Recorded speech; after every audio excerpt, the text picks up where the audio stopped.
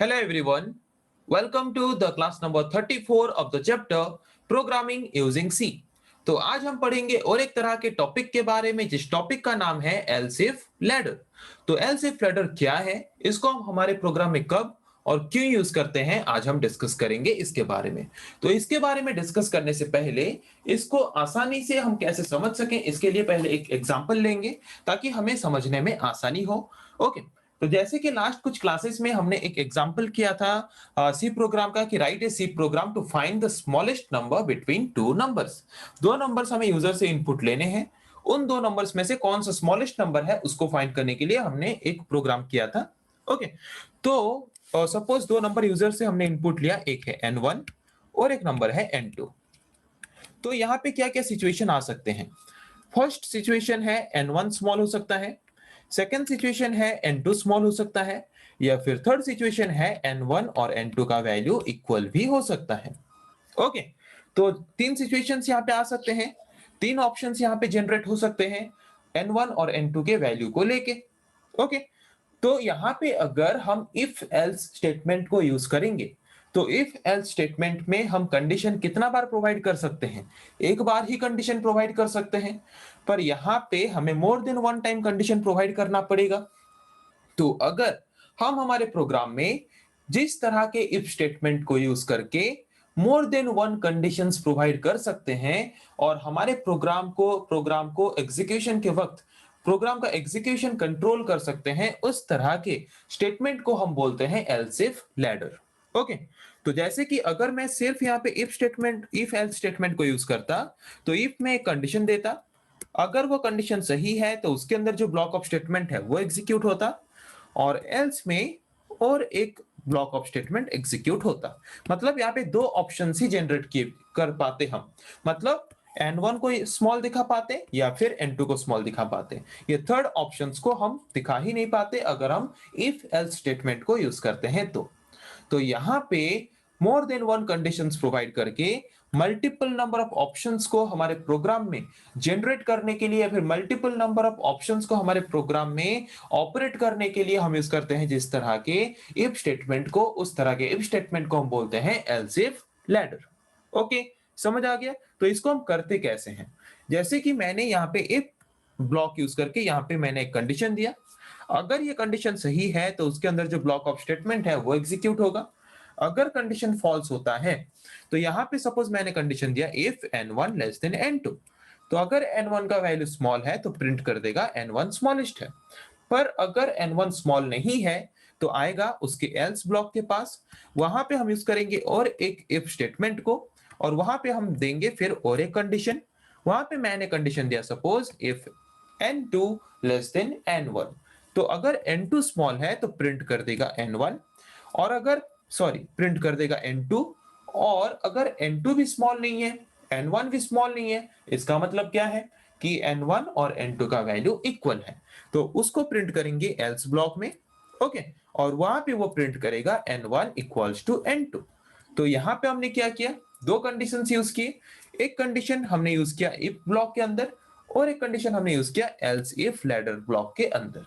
Okay, तो यहाँ पे हमने जो एल्स इफ ब्लॉक यूज किया, तो अगर ऐसे ही प्रोग्राम में हमारे पास मोर देन वन कंडीशंस हैं हमारे प्रोग्राम में यूज करने के लिए, तो मोर देन वन कंडीशंस को हमारे प्रोग्राम में यूज करके हमारे प्रोग्राम के एग्जीक्यूशन को प्रॉपर वे में मैनेज करने के लिए हम यूज करते हैं जिस तरह के इफ स्टेटमेंट को, उस तरह के इफ स्टेटमेंट को हम बोलते हैं एल्स इफ लैडर। ओके, समझ आ गया। तो यहाँ पे ये करने से क्या हुआ, ये करने से ये हो गया कि हमारे पास जितने भी ऑप्शंस जनरेट हो रहे थे, सारे ऑप्शंस को हमने इजीली हमारे प्रोग्राम में ऐड कर लिया। ओके, तो सिंपल, ये सिर्फ एक एग्जांपल था, इसको इजीली अभी हम जो पढ़ेंगे तो इस एग्जांपल के थ्रू उसको अगर लिंक करेंगे तो हमें समझने में बहुत ही आसान हो जाएगा। ओके, सपोज आप एक प्रोग्राम कर रहे हो, उस प्रोग्राम में आप इफ स्टेटमेंट यूज करके कुछ आप अपने प्रोग्राम के फ्लो को कंट्रोल कर रहे हो, तो वहां पे हम कोई भी इफ स्टेटमेंट में कंडीशंस को यूज करके हमारे प्रोग्राम के फ्लो को कंट्रोल करते हैं। तो अगर आपके पास मोर देन वन ऑप्शंस या फिर मोर देन वन कंडीशंस हैं, जिन कंडीशंस को बेस करके आपको अपने प्रोग्राम के फ्लो को कंट्रोल करना है, तो अगर हम इफ एल्स स्टेटमेंट यूज करेंगे तो वहां पे हम मोर देन वन कंडीशंस यूज नहीं कर सकते। तो मोर देन वन कंडीशंस यूज करके प्रोग्राम के फ्लो को कंट्रोल करने के लिए जिस तरह का इफ स्टेटमेंट हमें इजियर वे या फिर इजियर टेक्निक प्रोवाइड करता है, उसको हम बोलते हैं एल्स इफ लैडर।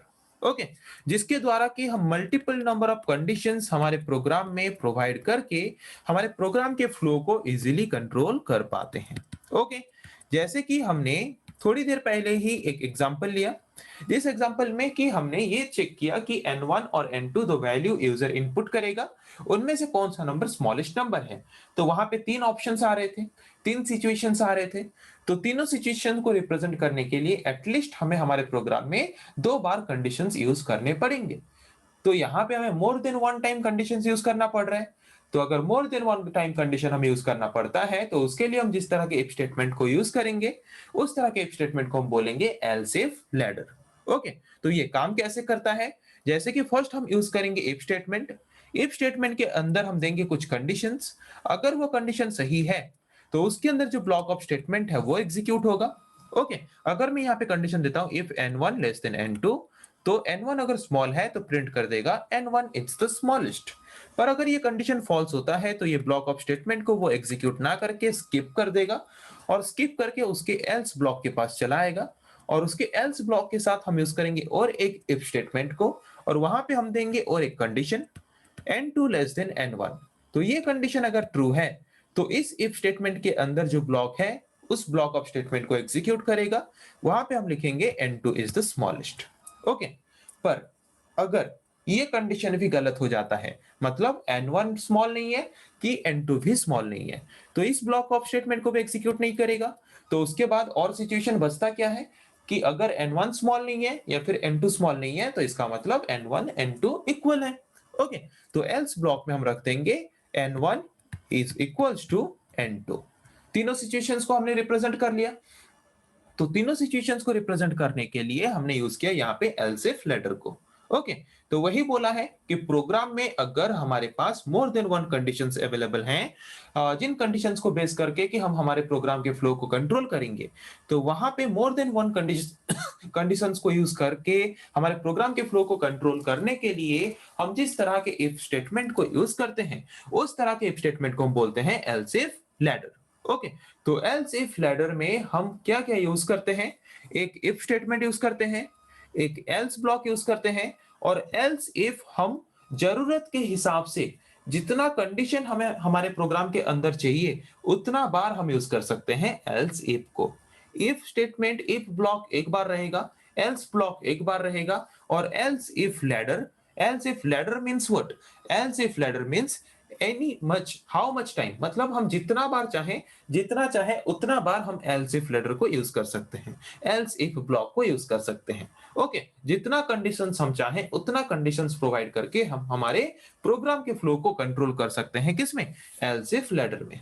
ओके, तो एल्स इफ लैडर में हर एक एल्स ब्लॉक, ओके, मतलब एक पर्टिकुलर इफ एल्स स्टेटमेंट का एल्स ब्लॉक फॉलो करता है, मतलब उसके साथ अटैच करते हैं हम और एक इफ स्टेटमेंट को। ओके, तब जाके बनता है एल्स इफ लैडर। जैसे कि इन else if ladder each else is associated with another if statement। Okay, else if ladder में हम हर एक else ब्लॉक को क्या करते हैं? एसोसिएट करते हैं। else ब्लॉक को एसोसिएट करते हैं किसके साथ?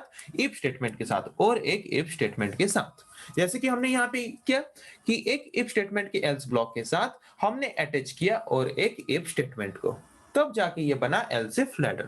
ओके, तो यहाँ पे भी इवैल्यूएशन, मतलब जो प्रोसेस है हमारा एग्जीक्यूशन, वो कहाँ से शुरू होता है? हमेशा जैसे हमारे सी प्रोग्राम में होता है, टॉप से लेके बॉटम तक। ओके, मतलब सीक्वेंशियली एग्जीक्यूशन होता है टॉप से लेके बॉटम तक। ओके, उसके बाद टॉप से लेके बॉटम तक जो एग्जीक्यूशन करते हैं, जहां पे कंडीशन ट्रू होता है, जहां पे भी इफ स्टेटमेंट का कंडीशन ट्रू होता है, उस पर्टिकुलर इफ स्टेटमेंट के अंदर जो ब्लॉक ऑफ स्टेटमेंट्स हैं, उन्हीं ब्लॉक ऑफ स्टेटमेंट को हमारा प्रोग्राम एग्जीक्यूट करता है और बाकी सबको स्किप कर देता है। ओके, वही लिखा है कि इफ कंडीशन बिकम्स ट्रू, कोई भी इफ स्टेटमेंट के अंदर जो कंडीशंस हैं, कोई भी कंडीशन अगर ट्रू होता है, उस पर्टिकुलर स्टेटमेंट या फिर उस पर्टिकुलर ब्लॉक या फिर बॉडी के अंदर जो ब्लॉक ऑफ स्टेटमेंट्स हैं वो उसको एग्जीक्यूट करेगा और बाकी सारे कंडीशंस के अंदर जो ब्लॉक ऑफ स्टेटमेंट है उसको वो स्किप कर देगा। ओके। और अगर कोई ऐसा सिचुएशन आता है कि सारे कंडीशंस अगर फॉल्स हो जाते हैं, ओके, तो सारे कंडीशंस अगर फॉल्स हो जाते हैं तो वो चले जाएगा कौन से ब्लॉक में? वो चले जाएगा पूरा एंड में, एल्स ब्लॉक में, पूरा लास्ट में जो ब्लॉक है। ओके। तो इसको हम सिंटेक्स के थ्रू समझने की कोशिश करते हैं हर एक पॉइंट को। जैसे कि हमारा फर्स्ट क्या है, ये है सिंटेक्स। सिंटेक्स को देख लो कि फर्स्ट हम लेते हैं इफ, जिसके अंदर हम एक कंडीशन प्रोवाइड करते हैं। उसके बाद हम लेते हैं एल्स इफ। उसके बाद जितना बार हम, अगर हमें मोर देन वन कंडीशंस, मतलब मोर देन टू कंडीशंस अगर हमें हमारे प्रोग्राम में ऐड करने हैं, तो जितना कंडीशंस हमें ऐड करना है उतना बार हम एल्स इफ ब्लॉक को यूज करेंगे। और लास्ट में अगर सारे कंडीशंस फॉल्स होते हैं तो तब कौन सा ब्लॉक ऑफ स्टेटमेंट एग्जीक्यूट होगा, उस ब्लॉक ऑफ स्टेटमेंट को रिप्रेजेंट करने के लिए हम यूज करते हैं एल्स ब्लॉक को। ओके। तो प्रोग्राम जब एग्जीक्यूशन हम शुरू करेंगे तो वो टॉप से लेके बॉटम तक एग्जीक्यूशन हमारा करेगा। ओके। तो फर्स्ट जो कंडीशन है, कंडीशन 1, उस कंडीशन को पहले चेक करेगा। अगर वो कंडीशन सही होता है तो उसके अंदर जो ब्लॉक ऑफ स्टेटमेंट है उस ब्लॉक ऑफ स्टेटमेंट को एग्जीक्यूट करेगा। वही लिखा है इफ कंडीशन बिकम्स ट्रू। अगर फर्स्ट कंडीशन हमारा जो इफ ब्लॉक के अंदर है वो अगर ट्रू है तो उस पर्टिकुलर इफ ब्लॉक के अंदर या फिर इफ बॉडी के अंदर जो ब्लॉक ऑफ स्टेटमेंट है वो ब्लॉक ऑफ स्टेटमेंट्स एग्जीक्यूट होंगे, और बाकी जितने कंडीशंस हैं उसके अंदर जो ब्लॉक ऑफ स्टेटमेंट्स है उसको वो स्किप कर देगा। ओके। मतलब ये कंडीशन अगर मतलब जो फर्स्ट कंडीशन है, ये फर्स्ट कंडीशन अगर ट्रू होता है तो बाकी जो कंडीशंस हमने प्रोवाइड किया है नीचे, बाकी कंडीशंस के अंदर जो ब्लॉक ऑफ स्टेटमेंट्स हैं उसको हमारा प्रोग्राम क्या करेगा, स्किप कर देगा, और सिर्फ इसी ब्लॉक ऑफ स्टेटमेंट को ही हमारे प्रोग्राम में एग्जीक्यूट करेगा। ओके।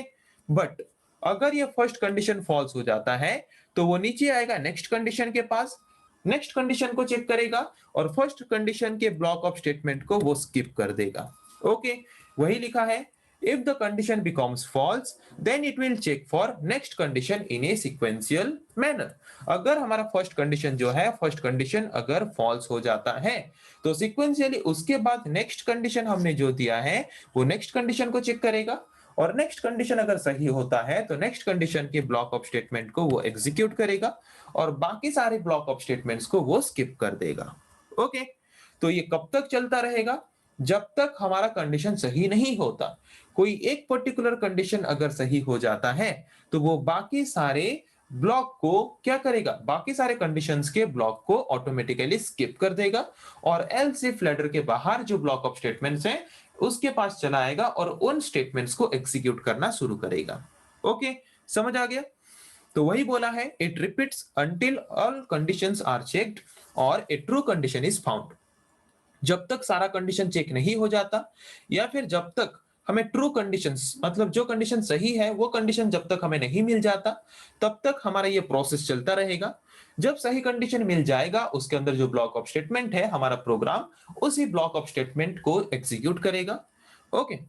अगर ऐसा कोई सिचुएशन आता है कि हमने जितना कंडीशंस दिए हैं सारे कंडीशंस अगर फॉल्स हो गए, कोई भी कंडीशन अगर सही नहीं हुआ, तो तब कौन सा ब्लॉक ऑफ स्टेटमेंट एग्जीक्यूट करेगा प्रोग्राम हमारा? एल्स इफ लैडर का।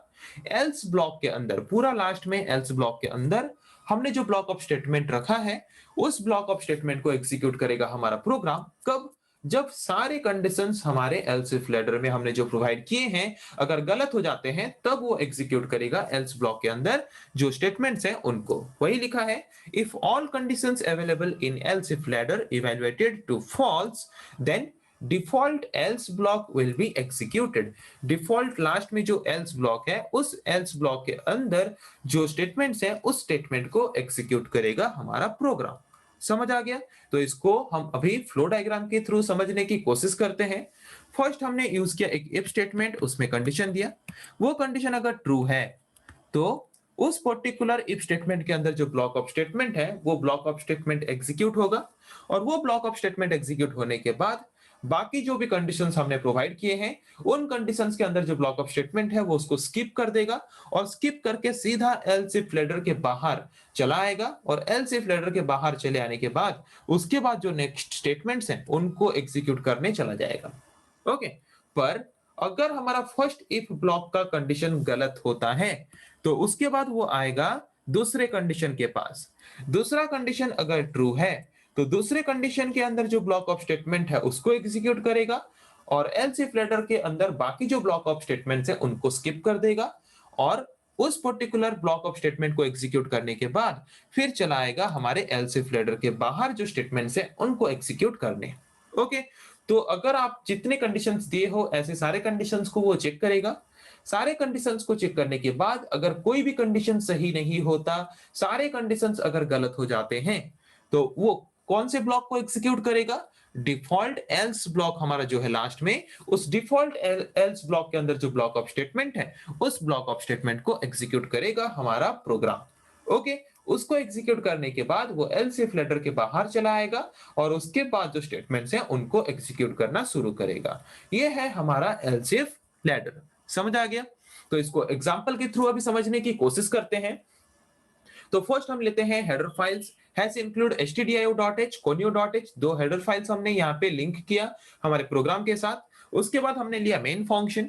तो यहाँ पे हमने वही एग्जांपल लिया है ये चेक करने के लिए कि दो नंबर्स में से स्मॉलेस्ट नंबर कौन सा है by using else if ladder. Okay, तो यहाँ पे फर्स्ट हमने दो वेरिएबल को डिक्लेयर किया, उसके बाद हमने लिया क्लियर स्क्रीन फंक्शन, उसके बाद दो वेरिएबल्स के वैल्यू को हमने यूजर से इनपुट लिया। ओके, वेरिएबल्स के वैल्यू को इनपुट लिया यूजर से। उसके बाद हमने ये चेक किया कि if n1 less than n2, अगर n1 का वैल्यू n2 से छोटा है तो प्रिंट करेगा क्या कि n1 स्मॉलर है, स्मॉलेस्ट नंबर है।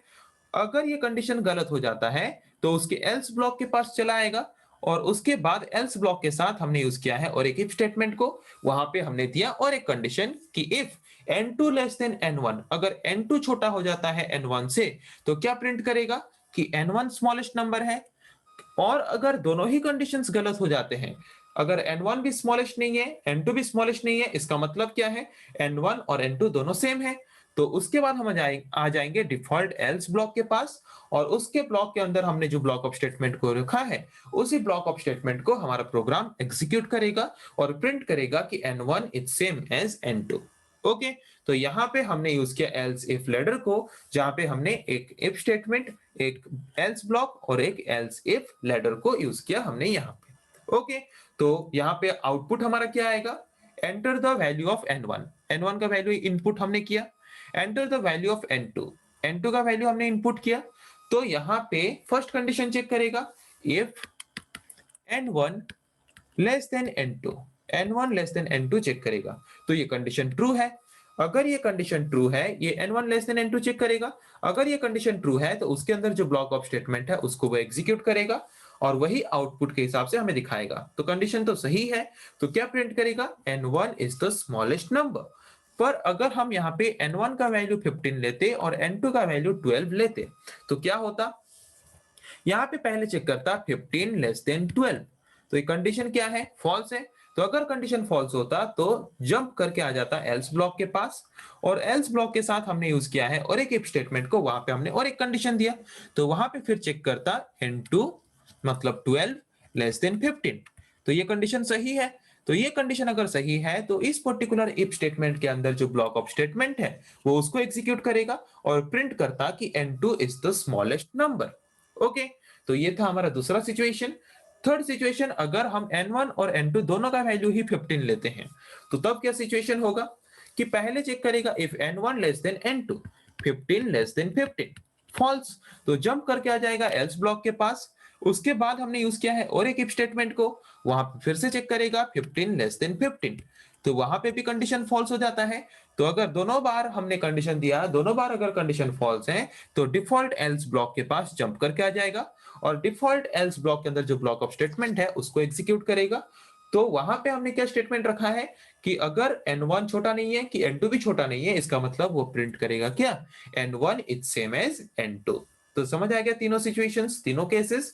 तो आई थिंक आप लोगों को समझ आ गया कि एल्स इफ लेटर क्या है, एल्स इफ लेटर हम प्रोग्राम में क्यों और कब यूज करते हैं, किस तरह के सिचुएशंस में हम यूज करते हैं एल्स इफ लेटर को हमारे प्रोग्राम के अंदर, उसको हमने सिंटैक्स के थ्रू समझा, फ्लो डायग्राम के थ्रू समझा और प्रोग्राम के थ्रू भी समझने की कोशिश की। ओके, तो नेक्स्ट क्लास में हम पढ़ेंगे ऐसे और कुछ टॉपिक्स के बारे में। आज के लिए इतना ही। Thank you.